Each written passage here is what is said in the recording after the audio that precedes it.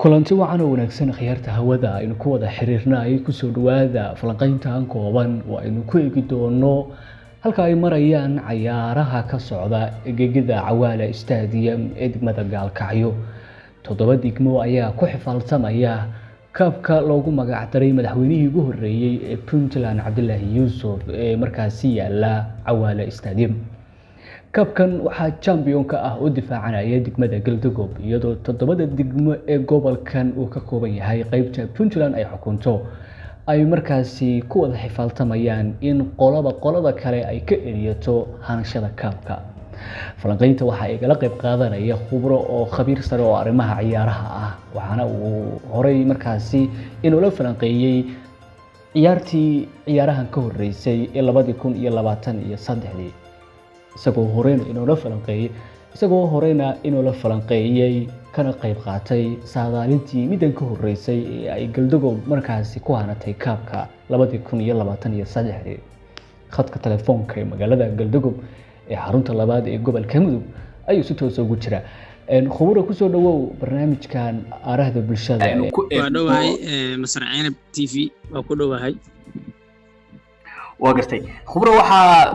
gobolka Mudug gaar ahaan magaalada Gaalkacyo ee xarunta gobolkaasi ka socda koobka degmooyinka gobolka Mudug toddobada degmo ee gobolkaasi ka kooban yahay dhanka Puntland oo la furay 17kii bisha 9aad ee aynu ku jirno iyadoo kooxo badan ay hareen sida magaalada martigelinaysa kaabka ee Gaalkacyo oo aynu ognahay inay mar hore la seereysay kulamadii ay markaasi ay ku ballansanaayeen kooxihii kala duwanaa ee degmooyinka matalayay degmada Galdogob iyo degmada Tawfiiq iyo Jiriban iyo degmo kale ayaa u soo baxday afarnamaadka semifinalaha ee koobka gobolka Mudug ka socda bal marka hore waxaad noo soo koobtaa ciyaarahaas bilowday heerarkii kala duwanaa ee soo mareen kulamadii iyo tiimamku siday u kala awood badan yihiin horta saal la socono koobkii hore ee Galdogob ku guuleystay iyo koobka farqi weyn baa u dhaxeeya koobkaas si nabad buu ku bilaabay si nabad buu ku dhamaaday koobkan qalalaasa hareey kooxo oo dhowr ah ayagoo koobkii ciyaaray iyo koobkii ka baxeen sida xarfo oo kale iyo Gaalkacyo laba kulan bay ciyaartay saasaytayna qalalaasa badan meesha kala kulantay way ka baxday ma aqaan cilad farsamo xagga maamulka xaqiisa miyaa ma kooxihii baa ku qancin horta saal wada socon sportsku waa isdhexgal bulsho ma ahan qabiil dadka in lagu walaaleeyo oo isku soo dhaweeyo bal rabaa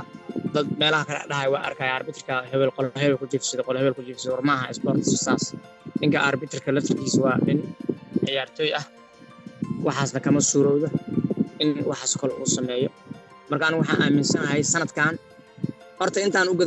gudgalin ma taqaanaay heerka iyo waxaas hordhac yar baa sameeynaa ciyaarahan waa ciyaar isdhexgal bulsho marka qof walba ma taqaanaay cadiifadii iyo quranka iska daabaa leenahay intaas kadib toddoba kooxood bay ahaayeen markii aan gudagalno toddobadaas kooxood afar isku group bay ahaayeen Gaalkacyo Bursaalax Galdogob iyo Xarfo Galdogob iyo waxa soo baxay Bursaalax saddexan isku group bay ahaayeen Saaxo iyo Jiriban iyo Tawfiiq Jiriban baa halka ka soo baxay maanta marka semifinalkii baa la taagan yahay loo madalsan yahay waa intaas abqaadir aad u mahadsan tahay khubaro afar dhamaadkaas hadda sheegtay waxa isugu yimid degmada Tawfiiq iyo Galdogob iyo degmada Jiriban iyo degmo kale muxuu kaga duwanaan karaa afar dhamaadkani kulamadii hore ee degmooyinku ay wajahayeen waa ka xiiso badan yahay sababtoo ah Tawfiiq aan weligeed group ka soo bixin baa group ka soo baxday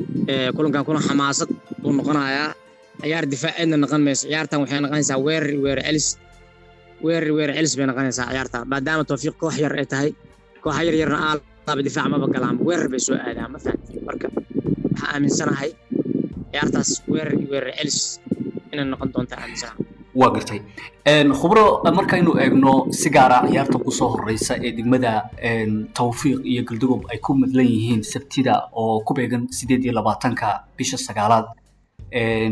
ciyaartaas markaad eegtid labada kooxood ee iswajahaya isku wajihi doona gegida Cawaale Stadium labaduba waa banaanka Cawaale ka yimaadeen oo degmooyinka kale ka yimaadeen garoonka waa garba siman oo loo siman yahay kasakow in garba siman la yahay markaad eegtid labada kooxood yaad is leedahay way gacan sarreyn doonaan ciyaarta sabtida galabkeeda ka dhici doonta Cawaale anu markaan fiiriyey oo fikraddeeda aan ka hadlay labada kooxood waa daawaday Tawfiiqna waa daawaday Galdoogna waa daawaday Galdoog mar walba gacan sareynaysa sababtuna waan kuu sheegay Galdoog waxay haystaa balayiriin high class ah sida Deera Cabdixakiin Sigad Marwaan Cali Salaad Matwiidi ciyaaryahan inaba caadi ah aan loodin karin baa haystaa Galdoog ma fahantaa mar walba Galdoog ayda gacan sareynaysa anu saas aaminsanahay ma garad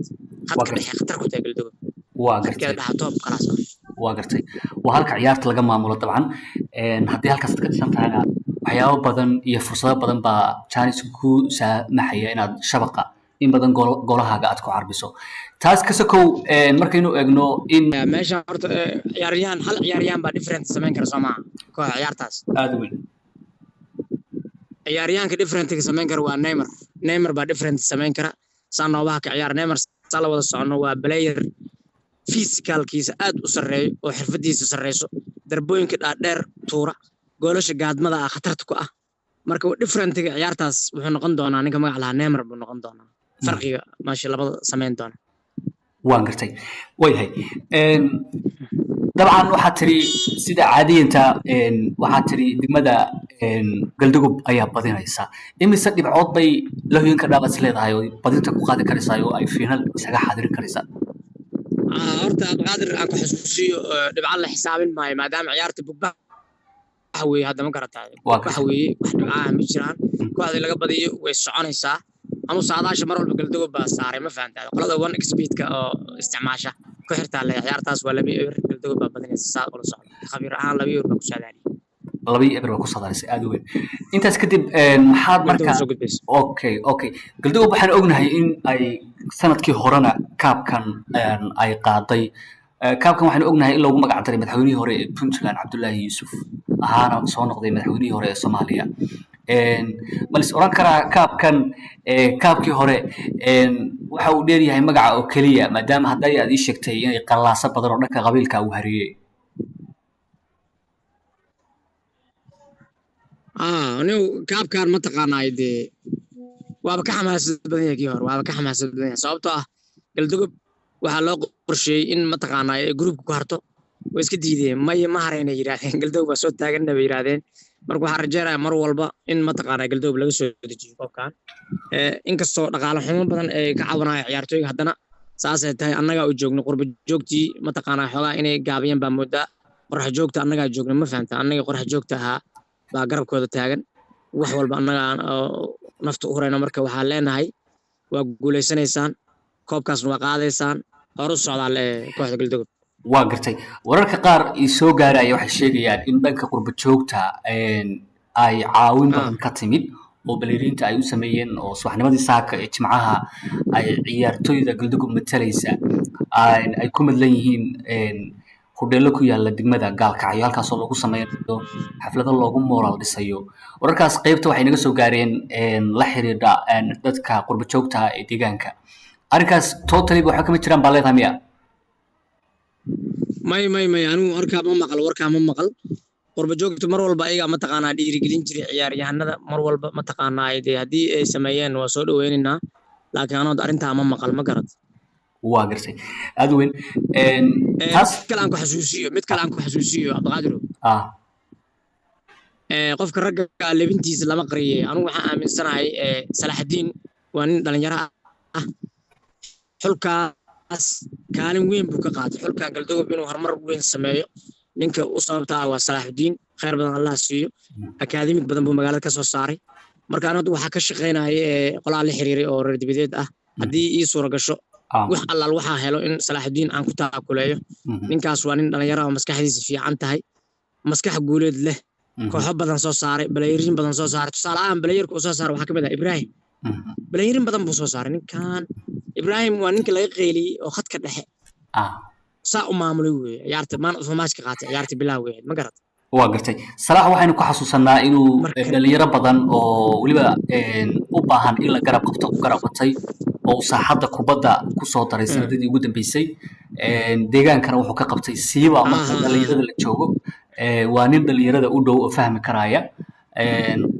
dad badan oo weliba khaasatan siiba jiilka hadda soo kacaya danaynaya inay kubadda kusoo biiraan oo maslaxyada garoomada ay yimaadaan aad u soo gacan qabtay Salaaxudiin waana waxyaabaha uu kaga duwan yahay macallimiinta kale ee kooxaha tababarada fidiya